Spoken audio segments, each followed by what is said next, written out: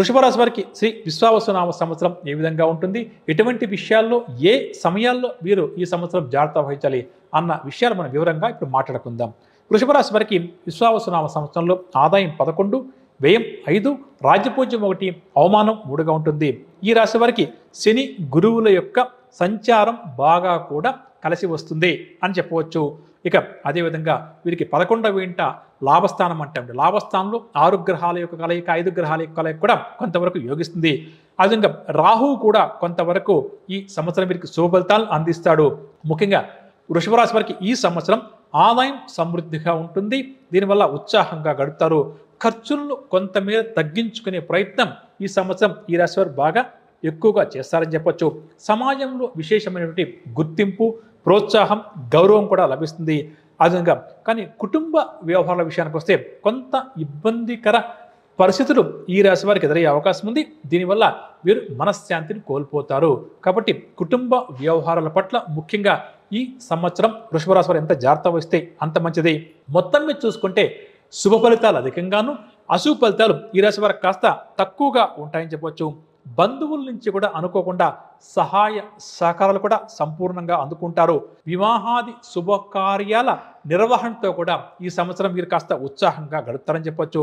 ముఖ్యంగా ఈ వృషభ రాశి వారు ఎవరైతే వాహనాలు బాగా ఎక్కువగా నడుపుతూ ఉంటారో అటువంటి వారు మాత్రం ఈ సంవత్సరం కాస్త జాగ్రత్త వహించక తప్పదు. అంటే వాహనాలు నడిపేటప్పుడు ఏకాగ్రతగా నెమ్మదిగా నడపడం చాలా మంచిది.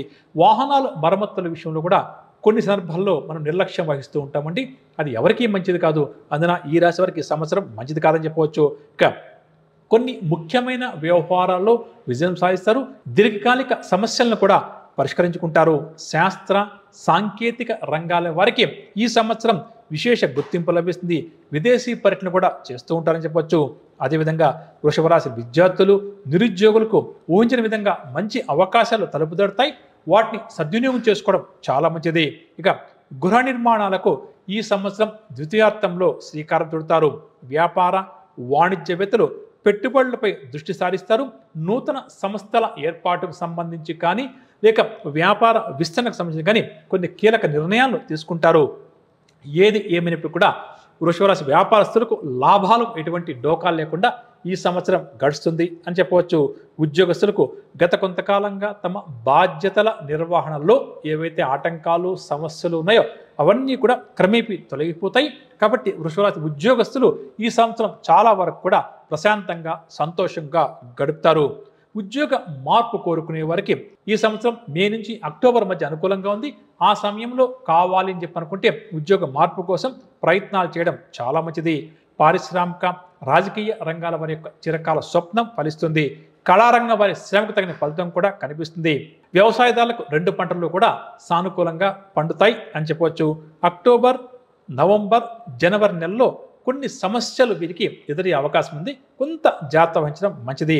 ముఖ్యంగా ఈ 3 మాసాల్లో ఆరోగ్యము, ధన వ్యయము, మానసిక ఆందోళన కాస్త అధికంగా ఉంటుంది అని చెప్పవచ్చు. ఇక పరిహార విషయానికి వస్తే ప్రతి నిత్యం కూడా వీరు విష్ణు సహస్రనామ స్తోత్రాన్ని పారాయణం చేయడంతో పాటుగా కేతుగ్రహానికి సంబంధించిన పరిహారాలు కూడా ఈ సంవత్సరం చేయించుకోవడం చాలా మంచిది. వెంకటేశ్వర స్వామి వారి యొక్క ఆరాధన, అదేవిధంగా కేతుగ్రహం యొక్క ఆరాధన ఈ సంవత్సరం వీరికి విశేషంగా కలిసి వస్తుంది అని చెప్పవచ్చు.